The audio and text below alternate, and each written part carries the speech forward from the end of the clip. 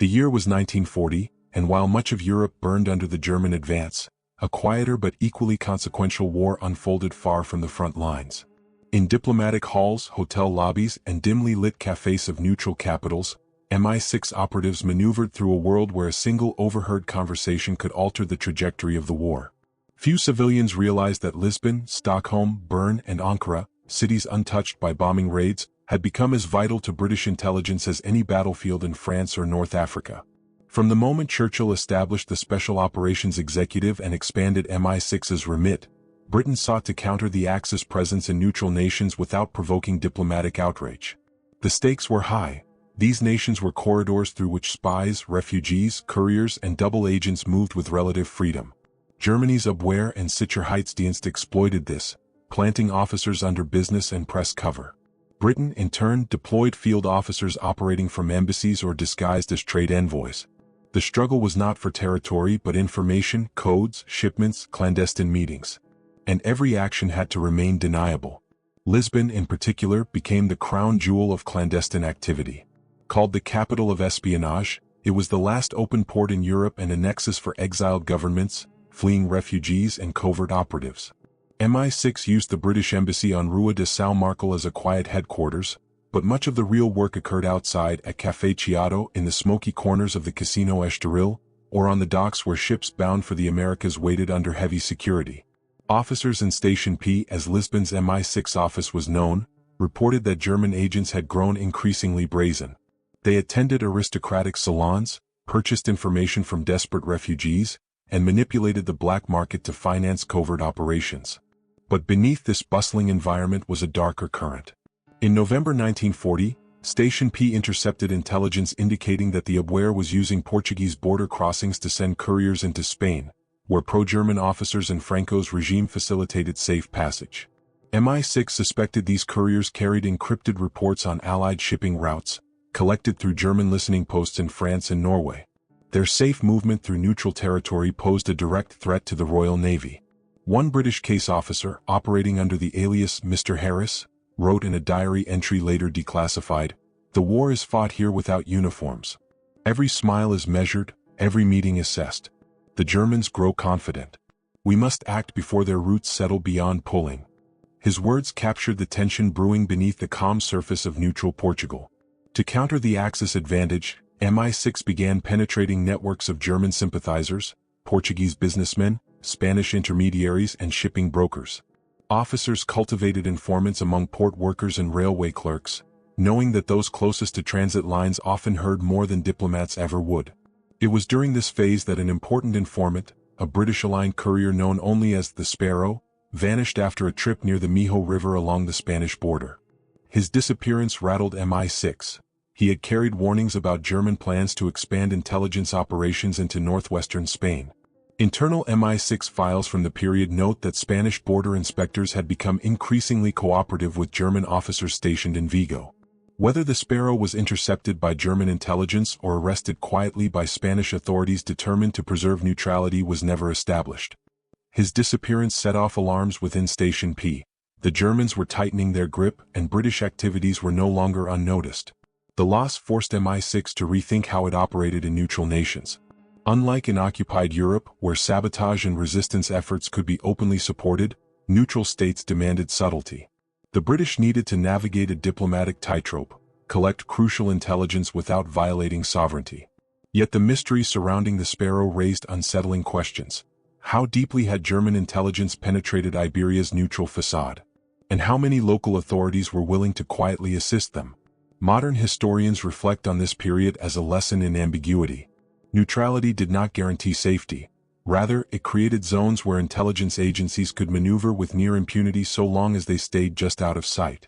For MI6, the challenge became distinguishing friend from foe in a landscape of shifting allegiances and shadowy loyalties.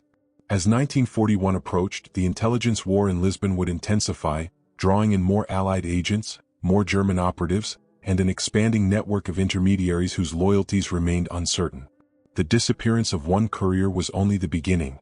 In the months to come, MI6 would confront new threats, some known, some still hidden beneath the veneer of neutrality, leading them deeper into the labyrinth of wartime espionage. Lisbon in late 1941 was a city wrapped in contradictions, sunlit boulevards by day, an underworld of whispers by night. To the casual visitor, Portugal appeared untouched by the devastation consuming Europe. But to MI6's Station P, it had become a battleground where briefcases carried more destructive potential than bombs, and where a single intercepted meeting could shift the balance of naval warfare in the Atlantic. It was here, amid political neutrality and clandestine danger, that the British began tracking a series of covert exchanges linking the German WWII to Spanish intermediaries working the shadows along the Iberian Peninsula. The hook came from a report filed by an MI6 wireless operator monitoring coded German transmissions emanating from Madrid. The messages indicated increased activity between WWII agents stationed in Spain and couriers traveling through Portugal's open borders. This coincided with a troubling surge in Allied maritime losses. U-boats seemed to anticipate convoy routes with uncanny precision. If the Germans were using couriers to smuggle shipping intelligence through neutral territory, the British had to find out how, and fast. The struggle for MI6 began with infiltrating the uneasy intersection between Portuguese neutrality and Spanish authoritarianism. Spain, though officially neutral, leaned toward the Axis after Franco's victory in the Civil War. While Lisbon permitted British diplomats and agents to operate discreetly, Spanish authorities were far less welcoming. MI6 operatives risked arrest or worse if they crossed into Spanish territory without airtight cover identities. Yet the couriers moved precisely along those routes. One figure, a case officer identified in later declassified files as Captain Roland Fletcher, led a joint effort between MI6's Section 5 and their naval intelligence counterparts to track the couriers. "We stand on a razor's edge," Fletcher wrote in a cable to London. "The Germans believe Iberia is theirs to navigate. If they are correct, we will bleed in the Atlantic." His words reflected the fear that Britain's shipping losses were no longer merely due to Enigma encryptions but facilitated by human intelligence leaking across borders. The most critical breakthrough came from a Portuguese customs official who quietly approached Station P with concerns about unusual diplomatic luggage crossing by train from Vigo into Porto. He described sealed pouches handed off between German attaches and Spanish couriers, transactions that violated diplomatic norms.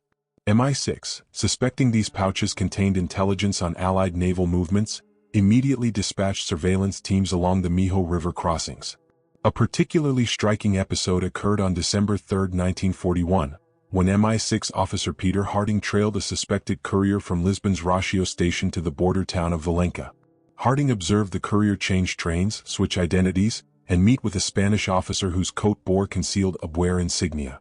Harding's field notes later stated, "His movements were precise, rehearsed. He trusted the uniforms around him. This was not a rogue agent but a cog in a machine." Before Harding could intercept the courier, Spanish border guards intervened, claiming routine security checks. The courier vanished across the bridge into Spain.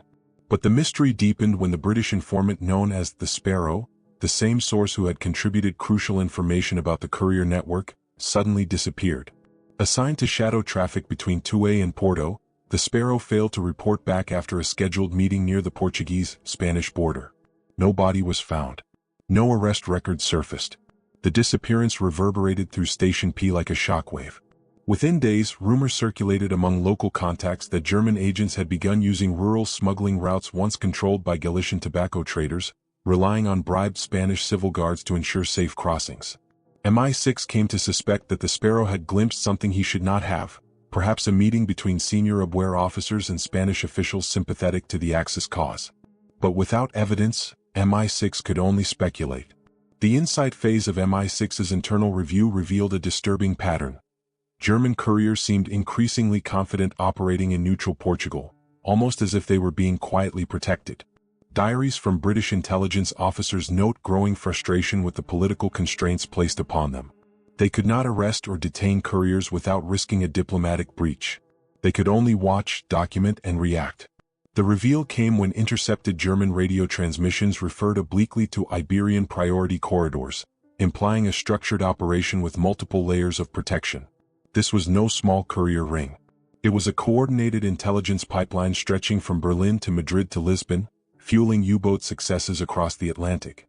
Modern intelligence scholars reflect on this era as a lesson in how neutrality can be weaponized. Without violating international law, German intelligence insinuated itself into the political cracks between nations, exploiting bureaucratic respect for borders to move information that cost Allied sailors their lives. As 1941 drew to a close, MI6 realized the Iberian courier threat was only growing. The loss of the Sparrow left unanswered questions hanging over Station P's operations. How far had German influence penetrated the Spanish border authorities? And more importantly, how many more couriers were slipping through unnoticed, carrying secrets that fed the Atlantic war machine? These questions would intensify the following year, as MI6 turned its attention northward, toward Sweden, iron shipments, and a code-breaking opportunity that would pull British intelligence deeper into the shadows of neutral Europe.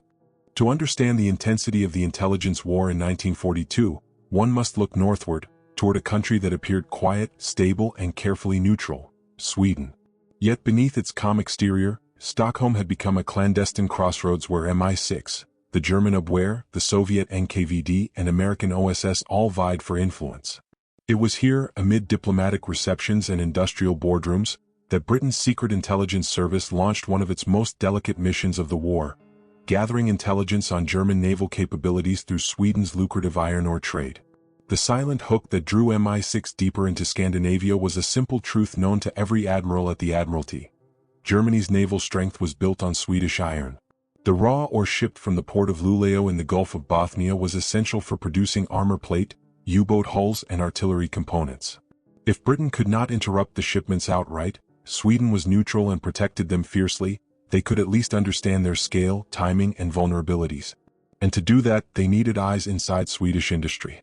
The struggle began with how to recruit such eyes. MI6 officers in Station S, operating out of the British legation on Strandvägen, faced a population wary of entanglement. Sweden maintained fragile neutrality, surrounded by German-occupied Norway and Finland co-belligerent with Germany against the USSR.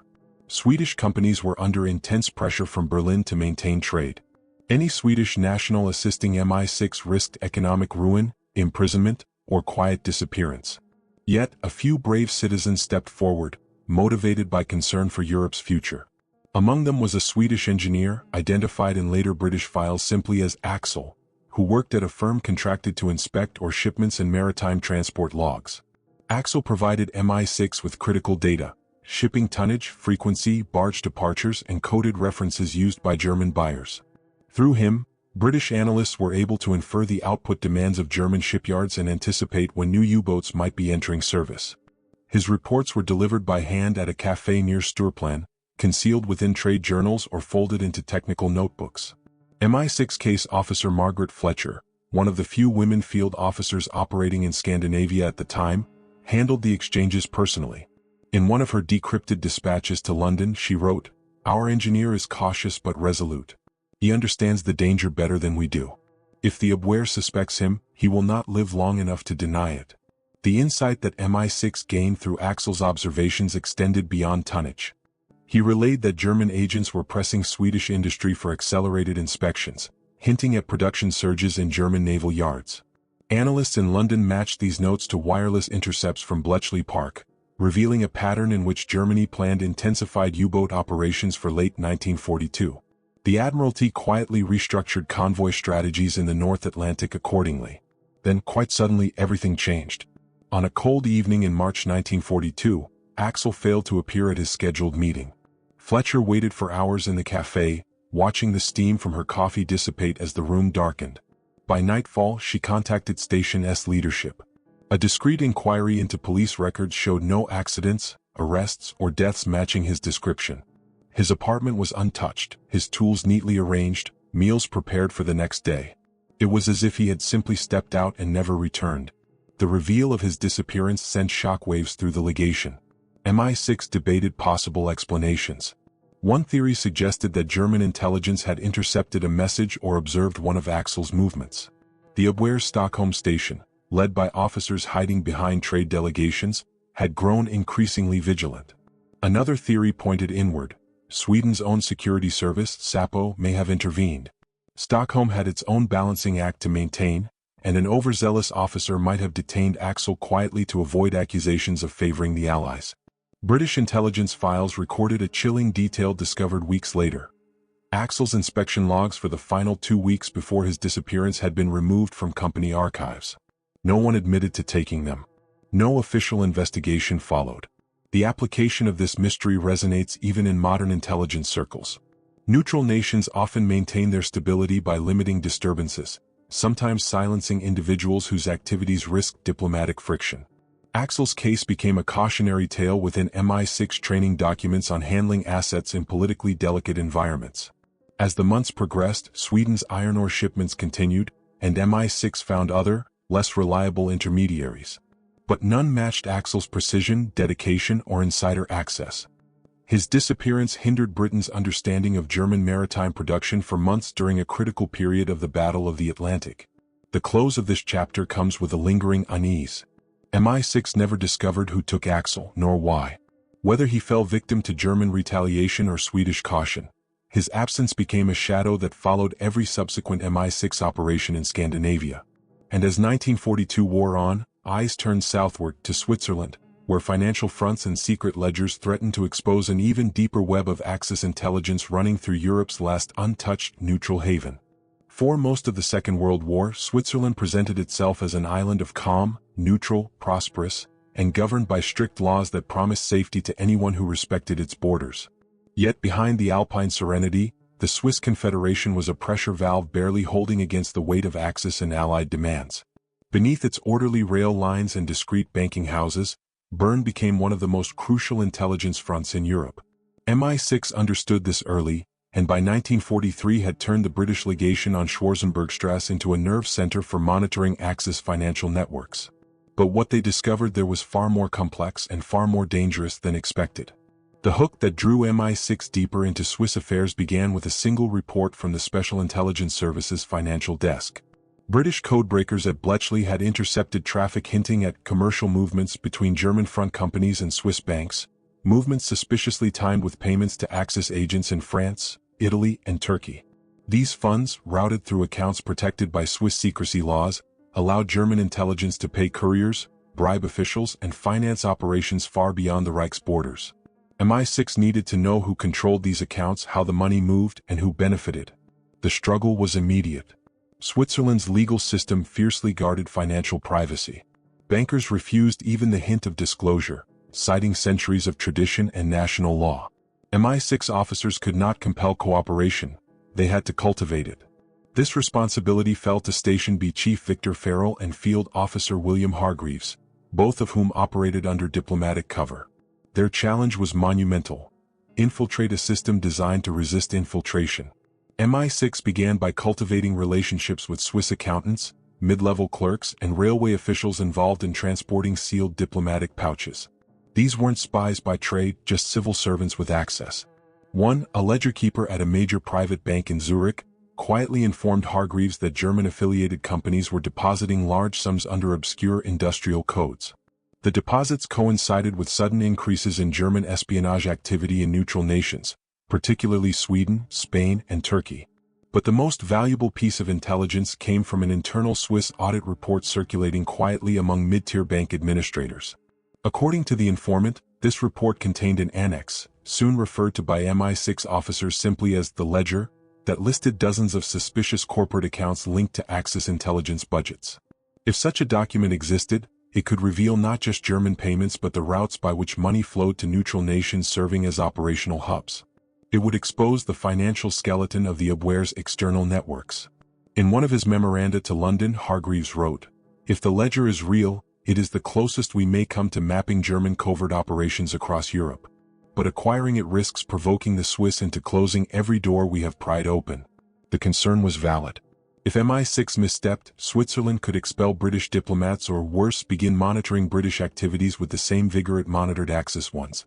The insight deepened when MI6 discovered that the Germans were also searching for the ledger. WWII officers based in the German legation in Bern had reportedly interrogated Swiss bank officials and attempted to trace who had accessed internal audit files. Their interest suggested that the ledger contained damaging revelations, perhaps even proof of embezzlement or covert SS operations hidden from other German departments. Tension escalated in early 1943 when a Swiss accountant who had quietly cooperated with MI6 was found dead in an apparent climbing accident in the Bernese Alps. The Swiss police ruled it accidental, but Station B treated the timing with suspicion. The informant had expressed fear that German agents were asking questions about internal audits. His last message to MI6, scribbled hastily in a note, read, "Someone else is looking for the ledger. They are closer than we are." The reveal came slowly and painfully. Through another Swiss contact, MI6 learned that the ledger had not disappeared but had been sealed within a restricted archives room accessible only to senior auditors. Attempts to obtain copies were thwarted by sudden administrative reshuffling. Someone, either Swiss officials protecting neutrality or German officers exerting pressure, had tightened control. This episode, studied years later by intelligence historians, shows how neutrality can be a shield and a trap. Switzerland's insistence on non-interference meant that any attempt to expose Axis financial networks risked destabilizing its delicate position. MI6 officers had to balance the moral imperative of disrupting German espionage against the diplomatic necessity of allowing Switzerland to maintain its laws. The application of these events echoes in modern intelligence work. Financial tracking has become a cornerstone of counterintelligence operations, and much of the methodology used today, monitoring corporate fronts, following wire transfers, cultivating insiders, was refined during these clandestine struggles in wartime Switzerland.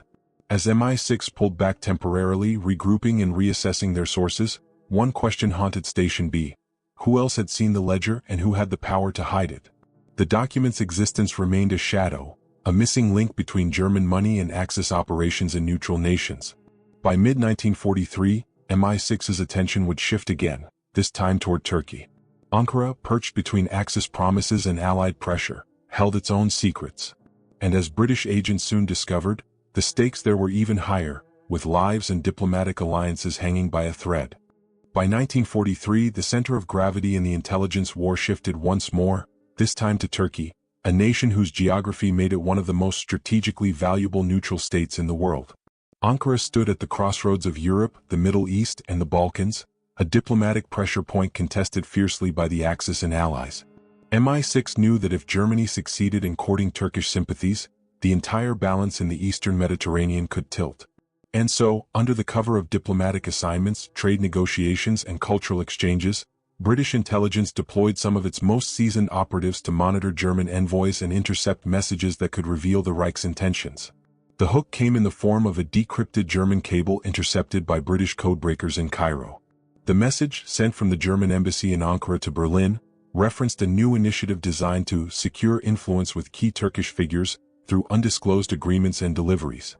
MI6 analysts immediately suspected bribery or promises of territorial gains at the expense of Soviet or Balkan territories. Whatever the plan, the British could not allow it to unfold unchecked. The struggle began when MI6 officers discovered that German diplomats in Ankara were moving with increasing confidence throughout 1943. Ambassador Franz von Papen, charismatic, calculating, and a master manipulator, hosted lavish gatherings to court Turkish officials. His staff maintained frequent contact with Bulgarian, Romanian, and Hungarian delegations, orchestrating a subtle but powerful diplomatic offensive. MI6 feared that these exchanges masked clandestine transfers of intelligence, money, or political promises aimed at pulling Turkey closer to the Axis camp. To counter this, MI6 collaborated closely with the British Embassy, with particular reliance on the expertise of diplomat and intelligence officer Reginald Rex Thorburn. He had an uncanny ability to read political winds and track subtle shifts in Turkish sentiment. Thorburn's reports made it clear that Germany was using Ankara as a secure hub for passing sensitive diplomatic messages that traveled through couriers, sealed bags, and even diplomatic flights that hugged the Aegean coastline. One such courier flight, operated by a small German-built aircraft, became the centerpiece of a covert MI6 operation. British intelligence learned from a Turkish aviation mechanic that the aircraft frequently carried high-ranking diplomatic officers between Ankara and Rhodes, still under German control. The mechanic claimed that sealed containers, marked only with a German Foreign Ministry stamp, were loaded onto the aircraft under unusual security measures. The implication was clear. The plane was transporting sensitive diplomatic material, possibly including details of German negotiations with Turkish officials or instructions for Axis contacts in the Balkans. MI6 assembled a quiet surveillance network within Ankara's diplomatic circles, relying on Turkish journalists, railway clerks, and a few sympathetic officials within the Ministry of Foreign Affairs. Through these channels, they confirmed that one particular flight in late September 1943 was of exceptional importance. A courier aboard it was believed to be carrying documents that outlined Germany's latest diplomatic incentives to keep Turkey neutral, or tilt it toward the axis. But the insight soon turned into a mystery. The plane never reached its destination. On October 1, 1943, news reached the British Embassy. The courier flight had crashed somewhere near the Aegean coast, close to the rugged terrain surrounding Izmir. The reports were vague and contradictory. Some witnesses claimed the plane had suffered engine failure. Others suggested that it was brought down by poor weather. Yet a third set of rumors, uttered quietly among Turkish soldiers, hinted that the aircraft may have been tampered with before takeoff. MI6 sent a field officer, operating under the name Charles Hammond, to investigate. When Hammond arrived at the crash site, he found a scene that raised more questions than answers. The wreckage was scattered in a way inconsistent with a typical mechanical failure, suggesting a sudden loss of structural integrity mid-flight. More troubling was the discovery that portions of the fuselage had been burned deliberately after the crash. There were signs of human activity, boot prints, trampled brush, and remnants of a canvas bag that someone had attempted to destroy. Yet no documents were recovered. None. Turkish authorities quickly cordoned off the area, citing safety and diplomatic concerns. The official report attributed the crash to weather conditions, but MI6 officers found this explanation superficial and suspiciously convenient.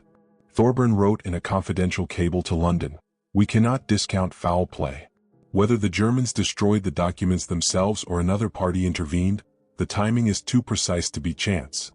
The reveal deepened the mystery. German diplomats in Ankara seemed unaffected by the loss of their courier, showing no sign of urgency or distress. This led MI6 to consider the possibility that duplicates of the documents had already been transmitted through alternate channels, or that the plane had been sacrificed to cover up information the Germans wanted removed from circulation. The application of this event in modern intelligence theory emphasizes the fragility of courier-based networks and the ease with which a single crash, accidental or intentional, can erase or obscure critical evidence. Intelligence services now train operatives to recognize the value of contingency planning and the risks associated with physical document transport. As 1943 drew to a close, MI6 realized the stakes in Ankara were higher than they had imagined. Germany's diplomatic maneuvering grew more desperate as the war turned against them. The mysterious crash, unresolved and unsettling, became a turning point for British efforts in Turkey. It forced MI6 to intensify its operations, expand its network, and prepare for new forms of deception emerging from the German legation. The unanswered questions around the crash lingered in every subsequent report. And as the war approached its final phase, MI6 prepared to confront the final set of mysteries, those that lay in the closing years of the conflict, when hidden missions in neutral nations shaped the post-war order as much as the battlefield victories themselves. By 1944, the war had entered a decisive phase. The Allies were advancing across Italy, preparing for the liberation of France and tightening their grip on the Atlantic. Yet even as armies clashed on open battlefields, an equally consequential struggle continued in the shadows. Inside embassies, train compartments, consulates, and neutral capitals where MI6 fought to contain German intelligence operations that remained dangerously active. And as victory edged closer, a new challenge emerged. The need to understand, preserve, or conceal the most sensitive covert missions carried out in nations that had never officially entered the war. The hook came in the form of a confidential memorandum circulated within MI6 headquarters in London in early 1944. It requested a full review of ongoing operations in Portugal, Sweden, Switzerland, and Turkey, with special attention to unresolved cases and missing personnel. The list included names like Axel, the Sparrow, and several others whose stories had quietly shaped Allied strategy yet never reached public awareness. For the first time, MI6 leadership acknowledged the scale of the intelligence war fought in neutral territory and the troubling number of loose ends. The struggle for MI6 in 1944-45 was unlike any that had come before. On one hand, the Allies were gaining momentum. The Luftwaffe was weakening, the Kriegsmarine was retreating, and the Abwehr itself was strained by internal conflicts and SS encroachment. But on the other hand, desperation made German intelligence more dangerous. The cover of neutrality still allowed their agents to move money, people, and information through routes the Allies could not openly disrupt without diplomatic fallout. One of the most significant MI6 concerns involved the potential destruction of German intelligence records as the Reich began collapsing. Neutral nations, safe from air raids and invasion, became potential repositories for last-ditch German efforts to hide documents, gold transfers, or lists of collaborators. Station chiefs in Lisbon, Stockholm, Bern, and Ankara were instructed to monitor unusual courier movements or secret meetings that could indicate an attempt to secure post-war leverage. Insight into the period comes from the diary of an MI6 senior officer stationed in Bern, who wrote, "The war's twilight does not lessen the stakes. The Germans fight now not for victory but for the shape of the reckoning. Neutrality provides them cover for the endgame." These words reflect a growing belief within British intelligence that what happened in the last months of the war would shape Europe long after the guns fell silent. The reveal occurred gradually, through scattered reports from stations across Europe. In Lisbon, German agents attempted to negotiate passage to South America, carrying suitcases rumored to hold coded financial records. In Stockholm, MI6 observed a surge of encrypted communications from German trade offices, far too many for legitimate business as the war imploded. In Switzerland, a Swiss banker with alleged ties to German intelligence disappeared after meeting with an MI6 informant. And in Turkey, the German embassy began destroying documents in large furnaces, sending smoke plumes into the Ankara night. Each of these incidents pointed to a broader pattern. The Germans were burying their tracks, cleaning their networks, and making final attempts to salvage assets before defeat. As MI6 pieced together these developments, one troubling theme emerged. Many of the unexplained disappearances earlier in the war remained unresolved. Axel's fate in Sweden. The sparrows vanishing near the Spanish-Portuguese border. The accountant in Switzerland found dead on a mountain slope. The mysterious crash of the diplomatic courier plane near Izmir. In every case, MI6 lacked definitive answers. This uncertainty had consequences. Without knowing who had eliminated their assets or why, MI6 could not assess whether they faced a single coordinated threat or a series of unrelated but deadly incidents triggered by the volatility of neutrality. Internal intelligence reviews suggested multiple possibilities: German counterintelligence action, overreaching neutral security forces seeking to avoid scandal, or covert rivalries among allied services themselves. None of these scenarios were ever confirmed. The application of these wartime lessons influenced British intelligence philosophy for decades. Neutrality, MI6 concluded, was not synonymous with safety. Rather, it often created ambiguous environments where enemies and allies alike operated beyond the reach of conventional oversight. Many post-war training manuals emphasize this. The most dangerous ground for a field officer was not enemy territory, but neutral territory, where laws constrained friendly operations yet failed to restrain hostile ones. As the war ended in May 1945, MI6 quietly archived the reports from its neutral nation stations. Many remained classified for decades. They documented operations that never received public recognition, missions that shaped naval strategies, influenced diplomatic alliances, and protected the thin line between neutrality and collaboration. But they also recorded the mysteries, the missing agents, the vanished documents, the unanswered questions that followed MI6 officers long after the war.